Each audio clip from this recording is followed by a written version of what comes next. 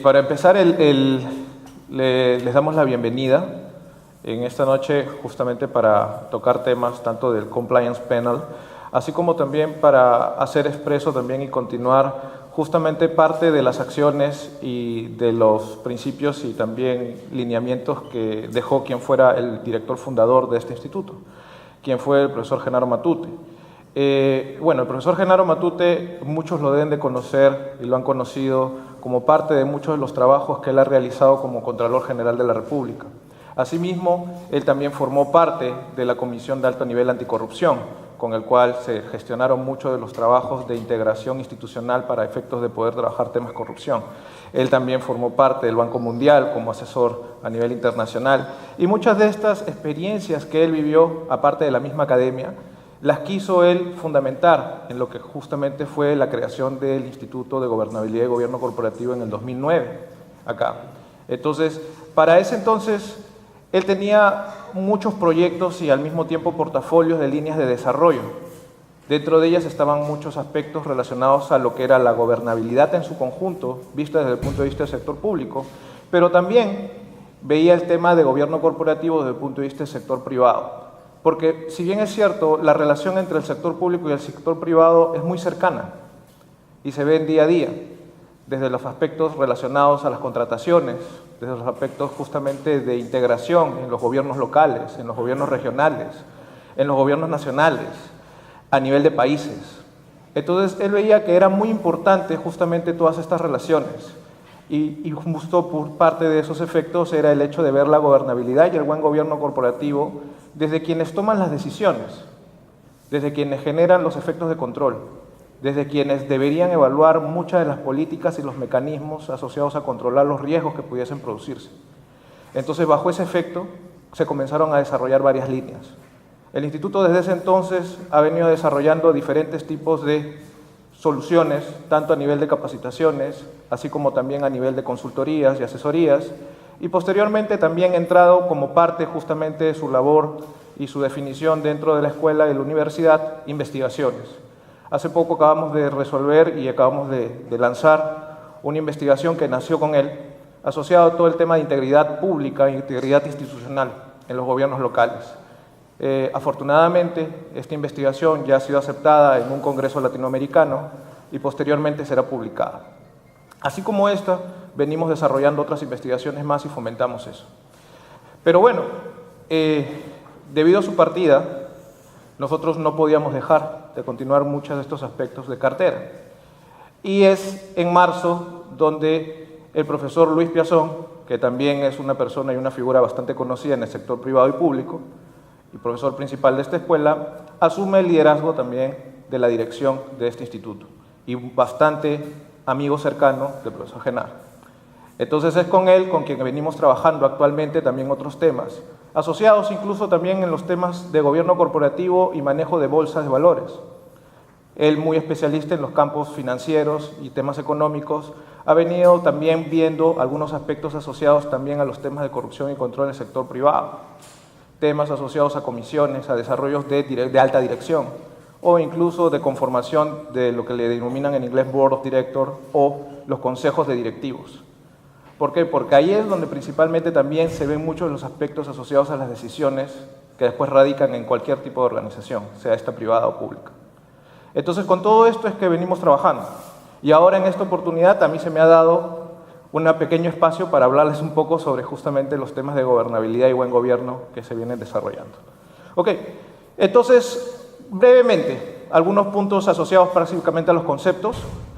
Si bien es cierto, uno de los puntos sobre los cuales se tomó en consideración ha sido lo que planteó la OCDE en el 2004, buscan un desarrollo sostenido mediante un buen gobierno corporativo y de gestión pública como aliados para la reducción de la pobreza, el incremento de inversiones, el fortalecimiento de los mercados y el mejor desempeño de las empresas y del gobierno. Esto es prácticamente uno de los pilares sobre los cuales se establece todas estas nuevas políticas y todos estos nuevos buenos principios que deberían tomarse en consideración a través de estos dos grandes conceptos. Bueno, nosotros a nivel mundial, porque podemos ya decirlo desde ese punto de vista, hemos recibido diferentes ciclos en los cuales muchas de nuestras organizaciones tanto en el sector público como privado, han pasado por ciertos eslabones en los cuales han habido problemas asociados a fraudes. Muchos de esos fraudes, por ejemplo, como el de Enron, WorldCom, Parmalat, Tyco, entre otras, se sucedieron en el año 2000-2001. Una de las que decían las Big Five, que ahora ya son Big Four, Arthur Andersen, la empresa auditora más grande del mundo, la mejor posicionada, ayudaba justamente a maquillar mucha de esta información de estas empresas que después fueron delatadas por fraude y terminó cerrando. Entonces, todos estos aspectos no vienen de ese momento únicamente, también han sido de ciclos anteriores, periodos en los años 80, periodos en los años 70, que incluso desde la época misma de la guerra de Vietnam, en la que muchas empresas proveedoras de servicios por efectos de guerra cometían actos de fraude y de malas compras y adquisiciones, generando actos incluso de corrupción a nivel mundial.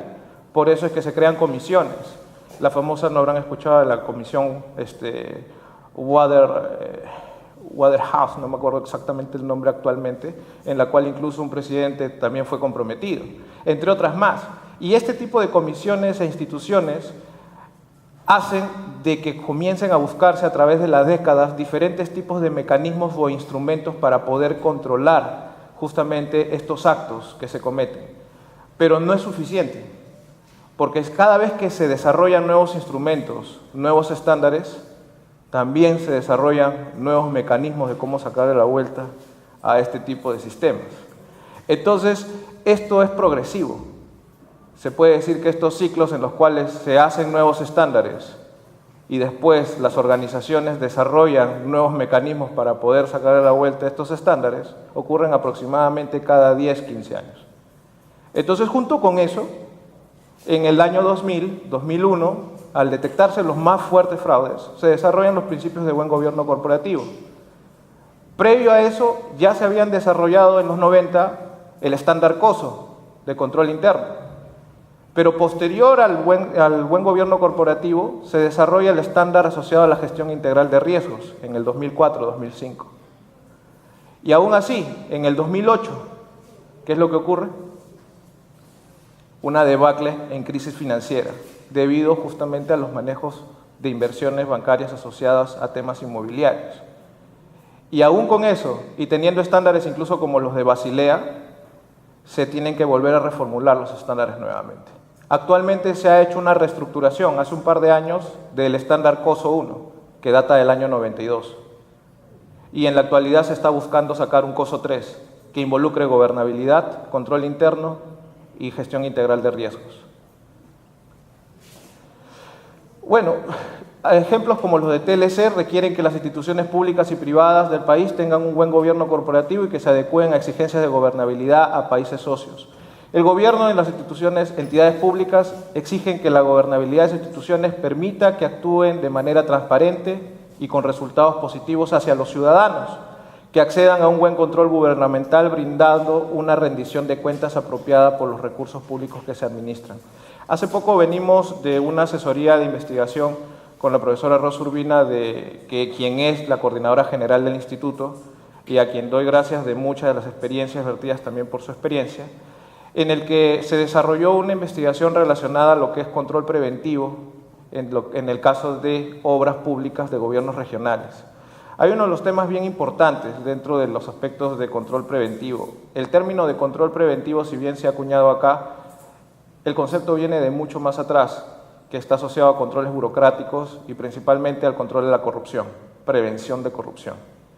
Y estos estándares son internacionales y los conceptos son mundiales. Algo interesante que llegamos a encontrar es de que países como el Reino Unido, mismo Estados Unidos, Alemania, Costa Rica, entre otros, han tenido que ir desarrollando con el tiempo diferentes tipos de mecanismos asociados a esos conceptos de base, porque se dieron cuenta de que justamente las instituciones, tanto desde otros niveles de gobierno, no solamente nacional, sino también a niveles regionales y locales, desarrollan ciertos sistemas, pero que al mismo tiempo requieren controlar, para efectos de corrupción, los niveles de discrecionalidad, generando rendiciones de cuentas y viendo al mismo tiempo que tengan autonomía, pero bajo controles adecuados. Entonces estas situaciones se van dando y es algo necesario y eso está inmerso dentro del tema de la gobernabilidad y el buen gobierno. Gobernabilidad. Empezando por gobierno corporativo. El concepto considera un sistema de principios, normas e instituciones que regulan el funcionamiento, diseño e integración de órganos de gobierno organizacional. Desde, en este caso para el sector privado, se habla de accionistas, un directorio y una alta dirección, o la parte ejecutora. Si lo llevamos a un punto de vista público, los accionistas vienen a ser los ciudadanos, porque vienen a ser justamente aquellos que aportan y que brindan todos los ingresos necesarios para que las instituciones públicas desarrollen justamente todo lo que ellos requieren para que pueda ser brindado. Entonces, al mismo tiempo, se refiere a la conducción de organizaciones revisando justamente esa dicotomía de principal y agente. El principal y el agente, nuevamente. Para el caso de la empresa privada, el principal es el accionista, el agente es la alta dirección o el ejecutor. Se dice de que el directorio o el consejo directivo es un mecanismo de buen gobierno corporativo que permite apoyar, a controlar y asesorar esa relación de principal y agente. En el caso del sector público, el ciudadano le da parte de los ejercicios a los ejecutores, pero al mismo tiempo requiere de mecanismos que tengan una buena gobernabilidad de esa relación. Y esos mecanismos están asociados a los organismos, por ejemplo, de control, a los sistemas de control, a comités que puedan estar asociados justamente a controlar la ejecución de ese agente. Bueno, y dentro de ello se ve el rol de los directivos en las relaciones contractuales, la influencia de la estructura de la propiedad en el control de las decisiones, la estructura de los órganos de gobierno en la supervisión y resolución de conflictos, la factibilidad de la delegación de decisiones y el control entre los miembros del directorio. Otros aspectos es que se establece la manera en la que los funcionarios públicos, y esto está más asociado a la gobernabilidad, y las instituciones pueden adquirir y ejercitar su autoridad para dar forma a las políticas públicas, porque finalmente esto debe llevar a que los agentes desarrollen las políticas públicas, como para proveer bienes y servicios. Asimismo, las buenas prácticas de gobernabilidad tienen que ver con un alineamiento estratégico del sector público y sus proyectos, gestión ajustada a la ley, así como respeto por la independencia y autonomía entre diferentes estamentos del Estado. ¿Okay? Por último, el sector público, por su relación con el mercado y por la influencia política a la que está expuesto, requiere de una estructura de gobernabilidad, de mecanismos y procesos que garanticen que los bienes y recursos de la sociedad que le entregan en administración generen beneficios a los ciudadanos, exigiendo a los funcionarios e instituciones públicas un gasto racional, con controles adecuados y una rendición de cuentas por los actos y recursos que administran dentro de un marco ético y transparente. Entonces, ya acá, y justo uno de los temas era resaltar esos términos, es de que estamos encontrando ciertos aspectos que hay que tomar en consideración. El hecho de que para llegar a una buena gobernabilidad tenemos que pensar en la estructura y los mecanismos y los procesos que se dan en las organizaciones. Por otro lado, siempre pensando bajo el objetivo del beneficio al ciudadano, pero al mismo tiempo tomar en consideración de que debe velarse por el gasto racional, teniendo en cuenta controles adecuados, estableciendo la rendición de cuentas y al mismo tiempo tomando en consideración la ética y la transparencia.